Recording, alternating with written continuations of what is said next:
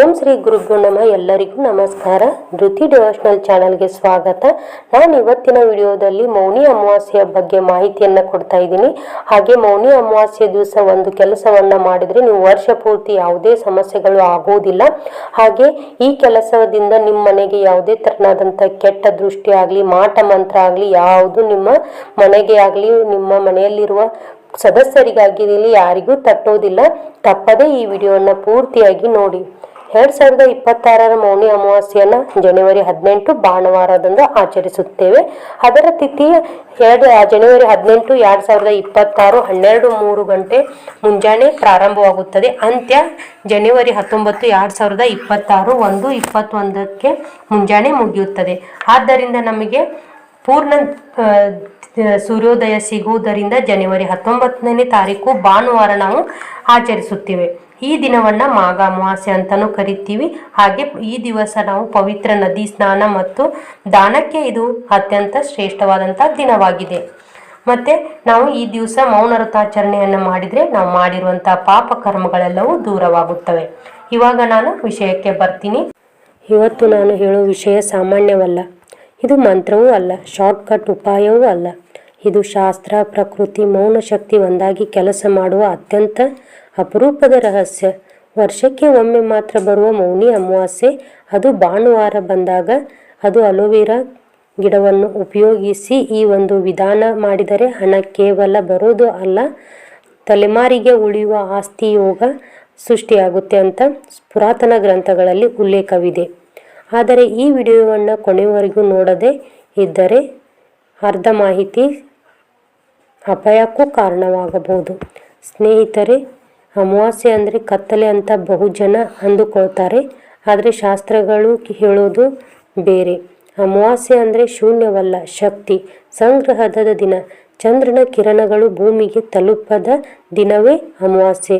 ಅದರಿಂದ ಮನಸ್ಸು ಶಾಂತವಾಗಿರುತ್ತೆ, ಆಲೋಚನೆಗಳ ಗೊಂದಲ ಕಡಿಮೆಯಾಗುತ್ತೆ, ಒಳಗಿನ ಶಬ್ದಗಳು ನಿಧಾನವಾಗುತ್ತವೆ. ಇದಕ್ಕೆ ಅಮಾವಾಸ್ಯೆಯನ್ನು ಅಂತರ್ಮುಖಿಯಾಗುವ ದಿನ ಅಂತ ಕರೆಯುತ್ತಾರೆ. ಅದಕ್ಕೆ ಮೌನಿ ಅನ್ನೋ ಪದ ಯಾಕೆ ಸೇರಿದೆ ಗೊತ್ತಾ? ಮೌನಿ ಅಂದರೆ ಮಾತಿಲ್ಲದ ಜಪ. ಮಾತು ನಿಂತಾಗ ಮನಸ್ಸು ಮಾತಾಡುತ್ತೆ, ಮನಸ್ಸು ನಿಂತಾಗ ಆತ್ಮ ಕಾರ್ಯ ಆರಂಭ ಮಾಡುತ್ತೆ. ಶಾಸ್ತ್ರಗಳ ಪ್ರಕಾರ ಮನುಷ್ಯನ ಶಕ್ತಿಯ 90% ಮಾತಿನ ಮೂಲಕ ಅರ್ಥವಾಗುತ್ತದೆ. ಆದರೆ ಮೌನಿ ಅಮಾವಾಸ್ಯೆ ದಿನ ಒಂದು ದಿನ ಮೌನ ಪಾಲಿಸಿದರೆ ಮನಸ್ಸಿನ ಶಕ್ತಿ 1000 ಪಟ್ಟು ಹೆಚ್ಚಾಗುತ್ತದೆ. ಪುರಾಣಗಳಲ್ಲಿ ಹೇಳ್ತಾರೆ, ಈ ದಿನ ಋಷಿಮಣಿಗಳು, ಸಿದ್ಧರು, ತಪಸ್ವಿಗಳು ಪರ್ವತಗಳಲ್ಲಿ, ನದಿ ತೀರಗಳಲ್ಲಿ ಮೌನ ವ್ರತ ಆಚರಿಸುತ್ತಿದ್ದರು. ಯಾಕಂದ್ರೆ ಈ ದಿನ ಭೂಮಿ, ಆಕಾಶ, ಜಲ, ಅಗ್ನಿ, ವಾಯು ಎಲ್ಲ ಪಂಚಭೂತಗಳ ಕಂಪನ ಒಂದೇ ಲಯದಲ್ಲಿ ಇರುತ್ತೆ. ಅದಕ್ಕೆ ಈ ದಿನ ಮಾಡಿದ ಸಂಕಲ್ಪ, ಈ ದಿನ ಮಾಡಿದ ಪ್ರಾರ್ಥನೆ, ಈ ದಿನ ಮಾಡಿದ ದಾನ 1000 ದಾನ ಮಾಡಿದ ಪೂಜೆಯ ಫಲ ಕೊಡುತ್ತೆ ಅಂತ ಶಾಸ್ತ್ರಗಳು ಹೇಳುತ್ತವೆ. ಇನ್ನೊಂದು ಗೂಢ ರಹಸ್ಯ ಕೇಳಿ. ಮೌನಿ ಅಮಾವಾಸ್ಯೆ ದಿನ ಪಿತೃಗಳು ಭೂಮಿಗೆ ಹತ್ತಿರವಾಗಿರುತ್ತಾರೆ. ಪೂರ್ವಜರ ಆಶೀರ್ವಾದ ಸುಲಭವಾಗಿ ಸಿಗುತ್ತದೆ. ಅದಕ್ಕೆ ಈ ದಿನ ಮಾಡಿದ ಹಣದ ಸಂಕಲ್ಪ, ಮನೆ, ಭೂಮಿ ಸಂಕಲ್ಪ, ಕುಟುಂಬ ಸಮೃದ್ಧಿ ಸಂಕಲ್ಪ ತಲೆಮಾರಿಗೆ ಉಳಿಯುವ ಫಲ ಕೊಡುತ್ತೆ. ಹೀಗಾಗಿ ಸ್ನೇಹಿತರೆ, ಮೌನಿ ಅಮಾವಾಸ್ಯೆ ಕತ್ತಲೆಯ ದಿನ ಅಲ್ಲ, ಇದು ಅಂತರ್ಬೆಳಕನ್ನು ಜಾಗೃತಗೊಳಿಸುವ ದಿನ. ಈ ಶಕ್ತಿಯನ್ನು ಸರಿಯಾಗಿ ಬಳಸಿಕೊಂಡ್ರೆ ಜೀವನದ ದಿಕ್ಕನ್ನೇ ಬದಲಾಯಿಸ್ಕೋಬಹುದು. ಭಾನುವಾರ ಅಮಾವಾಸ್ಯೆ ಮಹಾಸಂಯೋಗ. ಸ್ನೇಹಿತರೆ, ವಾರದ 7 ದಿನಗಳಲ್ಲಿ ಭಾನುವಾರ ಒಂದು ಸಾಮಾನ್ಯ ದಿನ ಅಲ್ಲ. ಶಾಸ್ತ್ರಗಳಲ್ಲಿ ಹೇಳ್ತಾರೆ, ಭಾನುವಾರ ಸೂರ್ಯನ ದಿನ. ಸೂರ್ಯ ಆತ್ಮ, ಸೂರ್ಯ ರಾಜಶಕ್ತಿ, ಸೂರ್ಯ ಆಸ್ತಿ ಮತ್ತು ವಂಶ ಪಾರಂಪರ್ಯ. ಜಾತಕದಲ್ಲಿ ಸೂರ್ಯ ಆತ್ಮ, ಸೂರ್ಯ ರಾಜಶಕ್ತಿ, ಸೂರ್ಯ ಆಸ್ತಿ ಮತ್ತು ವಂಶ ಪಾರಂಪರ್ಯ. ಜಾತಕದಲ್ಲಿ ಸೂರ್ಯ ಬದಲವಾಗಿದ್ದರೆ ಮಾನ, ಗೌರವ, ಸ್ಥಿರ ಆಸ್ತಿ, ತಂದೆಯ ಆಶೀರ್ವಾದ ಸ್ವಯಂವಾಗಿ ಬರುತ್ತೆ. ಇದೀಗ ಗಮನಿಸಿ, ಅಮಾವಾಸ್ಯೆ ಅಂದರೆ ಪಿತೃ ಶಕ್ತಿ ಸಕ್ರಿಯವಾಗುವ ದಿನ. ಭಾನುವಾರ ಅಂದರೆ ಪಿತೃಗಳ ಪ್ರತೀಕವಾದ ಸೂರ್ಯ ದೇವನ ದಿನ. ಅಂದರೆ ಪಿತೃಶಕ್ತಿ, ಸೂರ್ಯಶಕ್ತಿ ಮಹಾಸಂಯೋಗ. ಈ ಸಂಯೋಗ ವರ್ಷದಲ್ಲಿ ಬಹಳ ಅಪರೂಪವಾಗಿ ಮಾತ್ರ ಬರುತ್ತೆ. ಶಾಸ್ತ್ರಗಳ ಪ್ರಕಾರ ಭಾನುವಾರ ಅಮಾವಾಸ್ಯೆ ಬಂದಾಗ ಪಿತೃದೋಷ ಶಮನ ಆಗುತ್ತದೆ, ವಂಶದ ಅಡ್ಡಿ ನಿವಾರಣೆ ಆಗುತ್ತದೆ, ಮನೆ, ಭೂಮಿ ಸಂಬಂಧಿತ ತೊಂದರೆಗಳು ಕರಗುತ್ತವೆ. ಅದಕ್ಕೆ ಈ ದಿನವನ್ನು ರಾಜ ಅಮಾವಾಸ್ಯೆ ಅಂತ ಕರೆಯುತ್ತಾರೆ. ಇನ್ನೊಂದು ಗೂಢ ವಿಷಯ, ಸೂರ್ಯನ ಕಿರಣಗಳು ನೇರವಾಗಿ ಆತ್ಮಬಲದ ಮೇಲೆ ಕೆಲಸ ಮಾಡುತ್ತವೆ. ಅಮಾವಾಸ್ಯೆ ದಿನ ಮನಸ್ಸು ಮೌನವಾಗಿರುತ್ತೆ. ಆತ್ಮಬಲ ಮತ್ತು ಮೌನ ಮನಸ್ಸು ಸಂಕಲ್ಪ ತಕ್ಷಣ ಕೆಲಸ ಮಾಡೋ ಸ್ಥಿತಿ. ಅದಕ್ಕೆ ಈ ದಿನ ಮಾಡಿದ ಹಣದ ಸಂಕಲ್ಪ, ಆಸ್ತಿ ಸಂಕಲ್ಪ, ಕುಟುಂಬ ಸಮೃದ್ಧಿ ಸಂಕಲ್ಪ ಸಾಧಾರಣ ದಿನಕ್ಕಿಂತ ಬಹುಪಟ್ಟು ವೇಗವಾಗಿ ಫಲ ಕೊಡುತ್ತೆ. ಹೀಗಾಗಿ ಸ್ನೇಹಿತರೆ, ಭಾನುವಾರ ಬಂದ ಮೌನಿ ಅಮಾವಾಸ್ಯೆ ಕೇವಲ ದಿನಾಂಕ ಅಲ್ಲ, ಇದು ಭಾಗ್ಯ ತಿರುವು ಕೊಡುವ ಕಾಲಘಟ್ಟ. ಮುಂದಿನ ಭಾಗದಲ್ಲಿ ಅಲೋವೆರಾ ಗಿಡವನ್ನು ಈ ಸಂಯೋಗದಲ್ಲಿ ಯಾಕೆ ಬೆಳೆಸಬೇಕು, ಅದರ ಹಿಂದೆ ಇರುವ ಗೂಢ ರಹಸ್ಯವನ್ನು ಹೇಳ್ತೀನಿ. ಅಲೋವೆರಾ ಗಿಡದ ರಹಸ್ಯ ಶಕ್ತಿ ಸ್ನೇಹಿತರೆ, ಬಹು ಜನರಿಗೆ ಅಲೋವೆರಾ ಅಂದರೆ ಕೂದಲು, ಚರ್ಮ, ಆರೋಗ್ಯ ಇದಕ್ಕಷ್ಟೇ ಸೀಮಿತ ಅಂತ ಅನಿಸುತ್ತೆ. ಆದರೆ ಶಾಸ್ತ್ರಗಳು ಹೇಳೋದು ಬೇರೆ ಕತೆ. ವೃಕ್ಷ, ಆಯುರ್ವೇದ ಮತ್ತು ಪುರಾತನ ನಾಡಿ ಗ್ರಂಥಗಳಲ್ಲಿ ಅಲೋವೆರಾ ಗಿಡವನ್ನು ಶಾಂತ ಲಕ್ಷ್ಮೀ ವಾಸ ಇರುವ ವೃಕ್ಷ ಅಂತ ಕರೆಯಲಾಗಿದೆ. ಅಲೋವೆರಾ ಗಿಡದ ಒಳಗಿನ ಜೆಲ್ ಗಮನಿಸಿ, ಅದು ಸದಾ ತಂಪು, ಸದಾ ತೇವ, ಸದಾ ಶಾಂತ. ಈ ಮೂರು ಗುಣಗಳು ಲಕ್ಷ್ಮೀ ತತ್ವದ ಮುಖ್ಯ ಲಕ್ಷಣಗಳು. ಅದಕ್ಕೆ ಅಲೋವೆರಾ ಗಿಡ ಇರುವ ಮನೆಯಲ್ಲಿ ಹಣ ಬರೋದು ನಿಧಾನವಾಗಿರಬಹುದು, ಆದರೆ ಹಣ ನಿಲ್ಲೋದೇ ಇಲ್ಲ ಅನ್ನೋದು ಇನ್ನೊಂದು ರಹಸ್ಯ. ಅಲೋವೆರಾ ಗಿಡದಲ್ಲಿ ಕಡಿಮೆ ನೀರಿನಲ್ಲಿ ಬದುಕುತ್ತೆ, ಬಿಸಿಲಲ್ಲೂ ಒಣಗುವುದಿಲ್ಲ. ಶಾಸ್ತ್ರಗಳ ಪ್ರಕಾರ ಈ ಗುಣವೇ ಅಕ್ಷಯತ್ವದ ಸಂಕೇತ. ಅಕ್ಷಯ ಎಂದರೆ ಎಷ್ಟು ತೆಗೆದರೂ ಮುಗಿಯದ ಶಕ್ತಿ. ಇದಕ್ಕೆ ಸರಿಯಾದ ದಿನ ಅಲೋವೆರಾ ಉಪಯೋಗಿಸಿದರೆ ಹಣದ ಹರಿವು ಕಡಿಮೆಯಾಗುವುದಿಲ್ಲ, ಆಸ್ತಿ ಯೋಗ ಸ್ಥಿರವಾಗುತ್ತದೆ. ಅಲೋವೆರಾ ಮತ್ತು ಗೃಹ ಸಂಬಂಧ ಕೆಲಸಗಳು ಆಗುತ್ತವೆ. ಅಲೋವೆರಾ ಶುಕ್ರ ದೆಸೆ.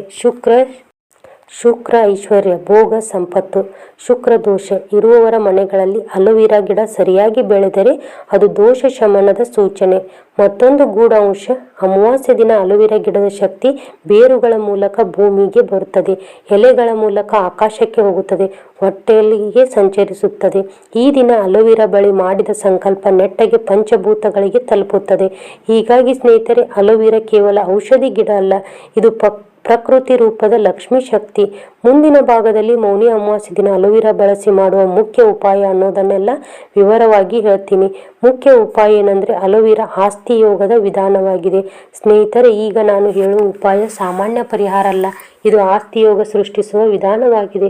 ಒಂದು ಮಾತು ಸ್ಪಷ್ಟವಾಗಿ ಕೇಳಿ, ಈ ಉಪಾಯ ಮೌನಿ ಅಮಾವಾಸ್ಯೆ ದಿನ ಮಾತ್ರ, ಅದು ಭಾನುವಾರ ಬಂದಾಗ ಮಾಡಿದರೆ ಅದರ ಶಕ್ತಿ ಸಂಪೂರ್ಣವಾಗಿ ಕೆಲಸ ಮಾಡುತ್ತೆ. ಈ ಉಪಾಯ ಯಾಕೆ ಕೆಲಸ ಮಾಡುತ್ತೆ?